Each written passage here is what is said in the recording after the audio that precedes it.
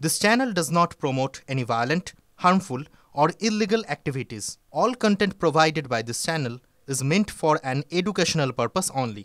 Top quality और consistent performance के लिए सिर्फ सिल्वर पंप नाम याद रखना।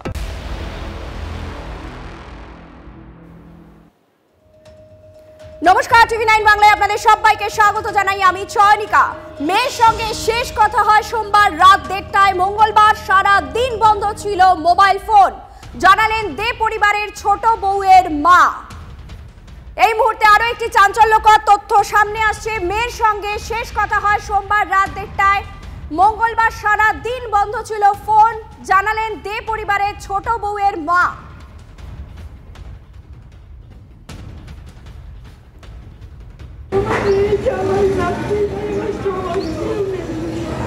পরশুদিন মেয়ে আপনাকে ফোন করেছিল, কিছু বলেছিল মেয়ে? কাকিমা মানে কাকুর সঙ্গে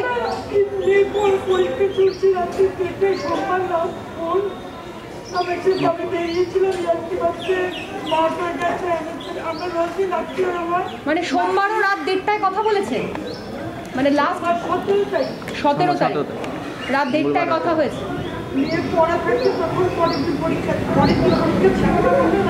মঙ্গলবার কথা হয়েছিল কাকিমা?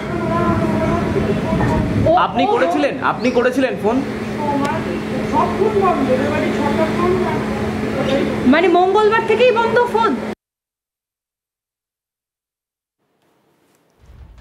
এই মুহূর্তে যে তথ্য সামনে আসছে, মেয়ের সঙ্গে শেষ কথা হয় সোমবার রাত 1:30টায়। মঙ্গলবার সারাদিন মেয়ের ফোন বন্ধ ছিল বলে দাবি করছেন মা। আর মায়ের বয়ানে কি উঠে আসে জানতে চলে যাব আমাদের প্রতিনিধি সুজয়ের কাছে। সুজয়, মায়ের বয়ানে আর কি কি তথ্য সামনে আসছে?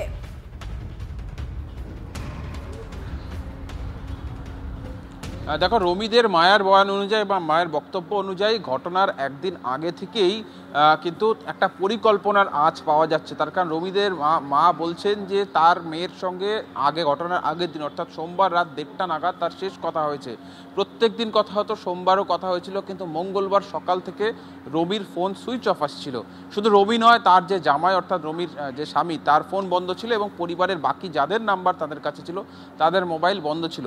তিনি সেই সময় যদিও অস্বাভাবিক কিছু ভাবেতে, কিন্তু যখন ঘটনার এই খবর পান অর্থাৎ তার মেয়ের এই মৃত্যুর খবর পান, তখন তিনি কিন্তু আঁচ করতে পারেন যে তাহলে কোনো একটা পূর্ব পরিকল্পনা ছিল পরিবারের বা তার জামাইয়ের, সেই কারণেই ফোনটি বন্ধ ছিল এবং সেই কারণেই একজন নয় পরিবারের প্রত্যেক সদস্যের মোবাইল বন্ধ ছিল। তুমি জানো যে গতকাল দেখো একেবারে সেই বিষয়টিতেও জানতে চাওয়া হয়েছিল, সেই বিষয়ে তিনি সরাসরি কিছু বলতে চাননি। স্বাভাবিকভাবেই তার মেয়ে এবং নাতনি দুজনকে হারিয়েছেন, ফলে স্বাভাবিকভাবে কান্নায় ভেঙে পড়েছে পরিবারটি। কিন্তু তার মধ্যে থেকে যতটুকু জানা গিয়েছে যে শেষ কখন কথা হয়েছে এবং তারপরে কখন ফোন বন্ধ পেয়েছেন, সেই বিষয়টিকে তিনি শুধুমাত্র উত্তর দিতে পেরেছেন। কিন্তু যে বিষয়টা বলছিলাম যে একটা পূর্ব পরিকল্পনা এই ঘটনার পিছনে কাজ করেছে, যে এই মঙ্গলবার এই গোটা পরিবারটার মধ্যে যে একটা কিছু পরিকল্পনা চলছে, সেটা শুধুমাত্র রমির মা নয়, প্রতিবেশীরাও বলছেন যে আগের দিন থেকে বাড়িতে কারোর সারা শব্দ পাওয়া যাচ্ছিল না, রাতে বাড়ির আলো জ্বলেনি। যিনি বিজনেস যার সঙ্গে ব্যবসা ছিল তিনি চেক নিতে এসেছিলেন, তিনিও কোনো সারা শব্দ পাননি।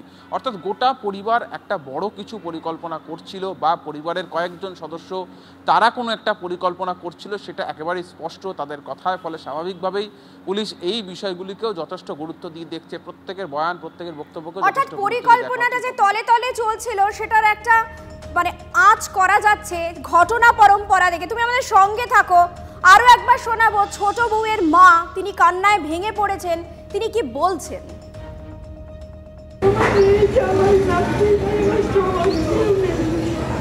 পরশুদিন মেয়ে আপনাকে ফোন করেছিল, কিছু বলেছিল মেয়ে? কাকিমা মানে কাকুর সঙ্গে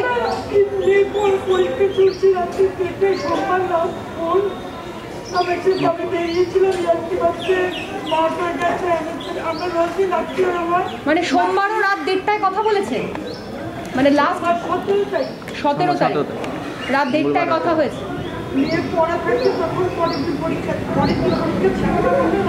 মঙ্গলবার কথা হয়েছিল কাকিমা? আপনি করেছিলেন ফোন? মানে মঙ্গলবার থেকেই বন্ধ ফোন। ট্যাংরা কাণ্ডে তদন্তে গোয়েন্দাদের নজরে মঙ্গলবার দিনটায় একাধিক ঘটনা ঘটেছে, যেগুলো আপাতত গোয়েন্দাদের স্ক্যানারে। মঙ্গলবার গোটা দিন ফোনে পাওয়া যায়নি দুই ভাইয়ের স্ত্রীকে, এমনই দাবি করছে দে পরিবারের একাধিক আত্মীয়। মঙ্গলবার সন্ধ্যায় এক ভাইকে বাড়ি থেকে বেরোতে দেখেন প্রতিবেশীরা, কিন্তু পরিবারের বাকি সদস্যদের দেখা পাওয়া যায়নি। বেল বাজিও নাকি মঙ্গলবার বিকেলে সাড়া মেলেনি পাওনাদাররা, তাই বলছেন। তবে কি মঙ্গলবার দিনের বেলাতেই 3 জনের মৃত্যু হয়েছিল, অর্থাৎ দিনের বেলাতেই এই ঘটনা ঘটে গেছিল, এই প্রশ্নও সামনে এসেছে। মৃত্যুর সময় নিশ্চিন্তে ময়নাতদন্তের রিপোর্টের অপেক্ষায় রয়েছে পুলিশ। পরিবারের আর্থিক হাল জানতে আজ হিসেব রক্ষককেও তলব করা হয়েছে পুলিশের তরফ থেকে, তার কারণ তাদের ব্যবসা যেহেতু ভালো চলছিল না। ইউক্রেন রাশিয়া যুদ্ধের পর যেহেতু রপ্তানি বন্ধ হয়ে গেছিল, তাই সর্বশেষ কি পরিস্থিতি সেটা বোঝার চেষ্টা করছে পুলিশ, এবং তার জন্য হিসেব রক্ষককে ডেকে পাঠানো হয়েছে। খুনের পর পালানোর উদ্দেশ্য ছিল কি প্রণয় প্রসূনের, এই প্রশ্নও উঠছে। সেই কারণেই কি মোবাইল ফোন বাড়িতে রেখে যান দুই ভাই, যাতে টাওয়ার লোকেট কোনোভাবেই না করা যায়।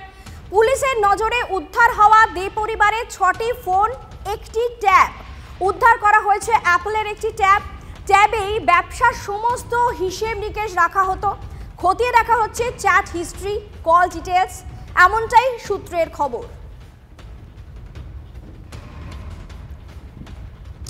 এদিকে মাঝরাতে গাড়ি নিয়ে বেরিয়ে সোয়া 2 ঘন্টা কোথায় ছিলেন প্রণয় প্রসূন?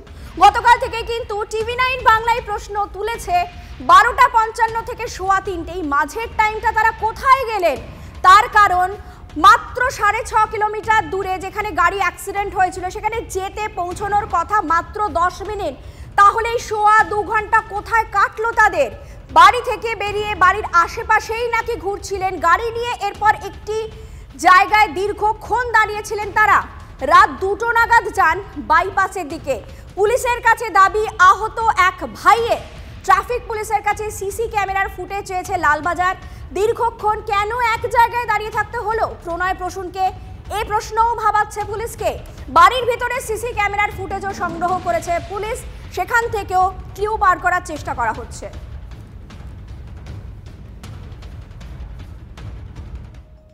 ট্যাংরা কাণ্ডে তদন্তে চাঞ্চল্যকর সমস্ত তথ্য সামনে আসছে। দোতলার 3টি আলাদা ঘর থেকে 3 জনের দেহ উদ্ধার হয়েছে। 3 তলা জুড়ে মিলেছে রক্তের দাগ। 3 তলার ডাইনিং স্পেস, বাথরুমের দেওয়াল, মেঝেতে মিলেছে রক্ত, ছুরিতেও মিলেছে রক্তের দাগ, এবং সেটা 3 তলা থেকেই পাওয়া গেছে। তবে কি হাতে শিরা কাটা হয় 3 তলায়? 2 বধূর দেহ বিছানার উপর চিত হয়ে পড়েছিল, রক্তে ভেসে গেছিল বিছানা। তবে কি 3 তলার ঘরে খুন করে দোতলায় নামিয়ে আনা হয়? সেই প্রশ্নও উঠছে।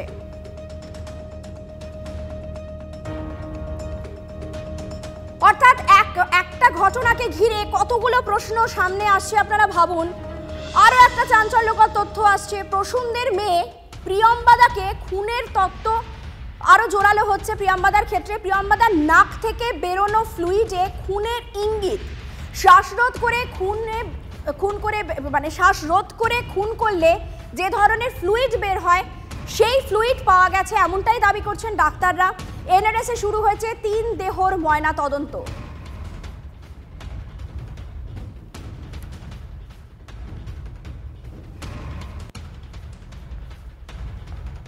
এদিকে দোতলা 3টি ঘর, সেখানে 3টি দেহ, বিছানা ভেজা রক্তে। তবে কি ঘুমের ওষুধ খাইয়ে হাতের শিরা কাটা হয়?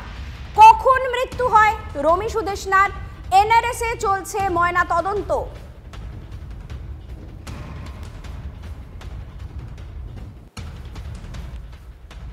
এদিকে আরো একটা তথ্য সামনে আসছে, সেটা কি সোমবার স্কুলে পরীক্ষা দিয়েছিল প্রসূনের কন্যা প্রিয়ম্বদা।